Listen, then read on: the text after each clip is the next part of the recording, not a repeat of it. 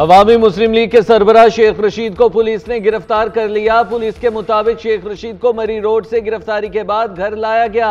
Police के मुताबिक शेख रशीद नशे की हालत में थे। असलहा और शराब की बोतल भी बरामद हुई। पुलिस का दावा, शेख रशीद के खिलाफ पीपी रहनुमा राजा इनायतुर रहमान की दरखास्त पर थाना अपारा में मुकदमा दर्ज। दो नाकाबिल जमानत और काबिल जमानत दफात लगाई गई। FIR के मुताबिक शेख रशीद ने अपने इंटरव्यू में आसिफ अली जरदारी पर इमरान खान को कत्ल कराने की साजिश का इल्जाम लगाया।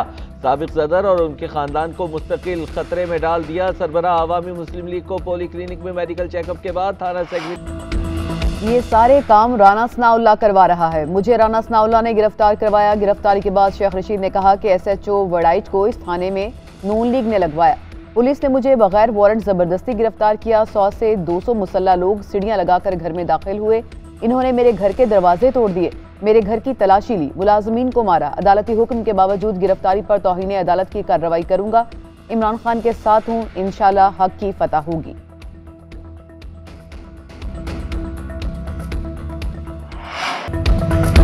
शेख रशीद को कुछ देर में रिमांड के लिए एफिड के चहरी में पेश किए जाने का इम्कान। शेख रशीद के भतीजे शेख राशिद शफीक कहते हैं कि इस्लामाबाद पुलिस ने पंजाब की हुदूद से शेख रशीद को गिरफ्तार किया। उन्हें जिस FIR में गिरफ्तार किया गया उसमें हाईकोर्ट से पहले ही रिलीफ मिल चुका है।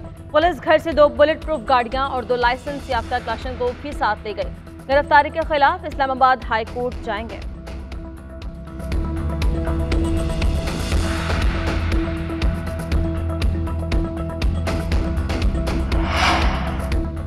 चेयरमैन PTI इमरान खान की शेख रशीद की गिरफ्तारी की शदीद मजम्मत। कहते हैं हमारी तारीख में ऐसी मुतासिबाना हुकूमत नहीं आई। हम इम्पोर्टेड हुकूमत के हाथों पहले ही मुआशी दिवालिया हो चुके। ऐसे वक्त पर हमें सड़कों पर एहतजाज की तहरीक की तरफ धकेला जा रहा है। क्या मुल्क आवाम के एहतजाज का मुतहम्मिल हो सकता है? शेख रशीद की गिरफ्तारी के बाद लाहौर में एहतजाज। PTI कारकुनान की बड़ी तादाद जमान पार्क के बाहर मौजूद, सड़क ब्लॉक कर दी। ममनुआ फंडिंग केस में इलेक्शन कमीशन के फैसले के खिलाफ तहरीक इंसाफ की अपील। इस्लामाबाद हाई कोर्ट का 3 रुकनी बेंच महफूज शुदा फैसला आज सुनाएगा। इलेक्शन कमीशन के मुताबिक PTI पर बैरून मुल्क से ममनुआ फंड्स लेने के इल्जाम साबित हुए। इंतखाबी इदारे ने तहरीक इंसाफ को शो कॉज नोटिस भी जारी कर रखा है। तहरीक इंसाफ ने अगस्त 2022 में इलेक्शन कमीशन के फैसले को कलादम करार देने की इस्तदा की थी।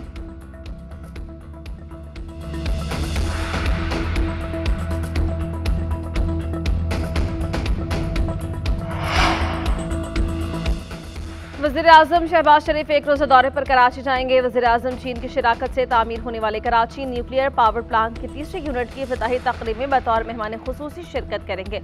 इस मंसूबे से कराची में बिजली की मजमूई पैदावार 2200 मेगावाट हो जाएगी। वज़ीर-ए-आज़म K3 पावर प्लांट का संग बुनियाद रखेंगे और पौधा लगाएंगे।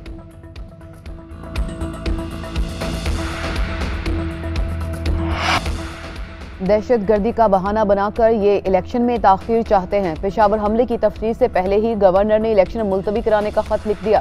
चेयरमैन तहरीक इंसाफ इमरान खान का खिताब, कहा मुल्क में दहशत गर्दी और महंगाई के वो जिम्मेदार नहीं। जब उनकी हुकूमत नहीं है तो जिम्मेदारी कैसी? उन्हें जिम्मेदार ठहराने वाले बताएं कि उनके दौर में दहशत गर्दी क्यों नहीं हुई। बार बार जनरल बाजवा को कहता रहा कि इन लोगों को 30 साल से जानता हूँ, इन्हें कामयाब ना होने दें, ये मुल्क नहीं संभाल सकेंगे। इन्हीं लोगों ने तो मुल्क को तबाही पर पहुंचाया, तो ठीक कैसे कर सकते हैं? जल्द से जल्द शिफाफ इलेक्शन कराए जाएं। नए मैंडेट से आने वाली हुकूमत बड़े फैसले करेगी तो मुल्क बहरान से निकलेगा।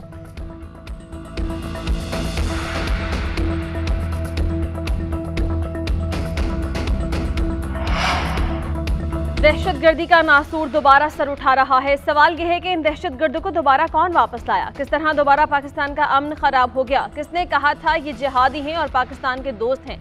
किसने कहा था कि इन लोगों ने हथियार डाल दिए और मुल्क की तरक्की में हिस्सा लेंगे? वज़ीर-ए-आज़म का वफाकी काबीना के इजलास से खिताब, कहा खैबर पख्तूनख्वा को 417 अरब रुपए इंसदादे दहशतगर्दी की मद में दिए गए। खुदा जाने वो कहाँ खर्च किए गए, कोई नहीं जानता। 10 साल सूबे पर हुकूमत करने वालों ने अवाम को दहशतगर्दों के रहमो करम पर छोड़ दिया। पुलिस के पास जदीद असलहा नहीं, आलात नहीं, उनकी तरबियत नहीं हुई। ये कहना कि सूबे के पास फंड्स नहीं थे, ये हक़ाइक़ को मसख करने के मुतरादिफ है।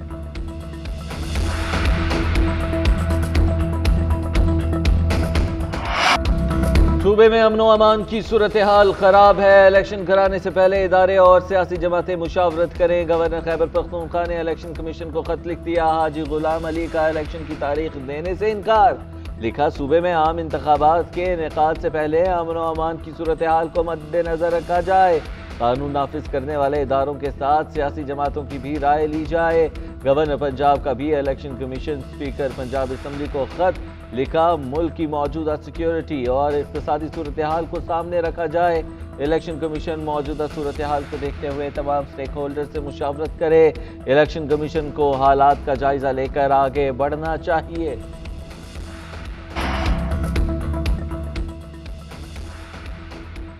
फवाद चौधरी अडियाला जेल से रिहाई के बाद मीडिया से गुफ्तगू करते हुए बोले कि इदारों का सबसे बड़ा हिमायती हूँ, कभी इदारों के खिलाफ बयान नहीं दिया। अगर जेहलम मियांवाली के MNAs गद्दार हैं तो फिर पाकिस्तान के साथ कौन है? इमरान खान एक बड़ी हकीकत है, माइनस नहीं किया जा सकता। जो बातें हैं उस पर स्टैंड करता हूँ, एक लफ्ज से भी पीछे नहीं हटूंगा। चीफ इलेक्शन कमिश्नर से कहता हूँ कि FIR का मशवरा देने वाले को छितर लगाएं।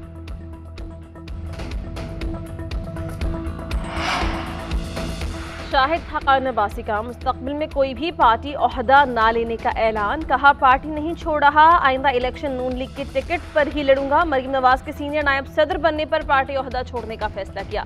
मरीम नवाज को ओपन फील्ड मिलने चाहिए ताकि वो खुलकर काम कर सके। चाहता था कि शहबाज शरीफ इस्तीफे का ऐलान करते।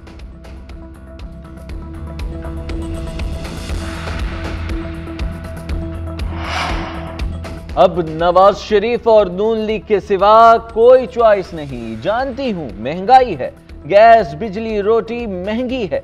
महंगाई पर नवाज शरीफ भी लंदन में परेशान है। इमरान के IMF मुआहदे की वजह से पेट्रोल महंगा करना पड़ रहा है। ये अगले 12 साल का मंसूबा बनाकर बैठे थे। 5 का टोला बैठा रहता तो सोचे मुल्क का क्या हाल होता। हमें जिन हालात में मुल्क मिला, शुक्र करें पाकिस्तान बच गया।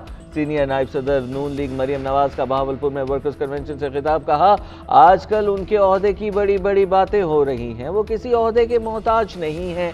लोगों को मौरूसियत की बड़ी तकलीफ हो रही है। आवाम की मोहब्बत। मुल्क में महंगाई की शरह तारीख की बुलंद तरीन सतह पर पहुंच गई। इदारा शुमारियात के मुताबिक जनवरी में महंगाई की शरह में 2.9% इजाफा, शरह 27.6% तक पहुंच गई। शहरों की निस्बत देहात में महंगाई ज्यादा। शहरी इलाकों में महंगाई की शरह 24.4% रही। देही इलाकों में शरह 32.3% हो गई। यूटिलिटी स्टोर्स पर महंगाई की नई लहर। दूध, घी और मसालों समेत मुतादिद अशिया महंगी।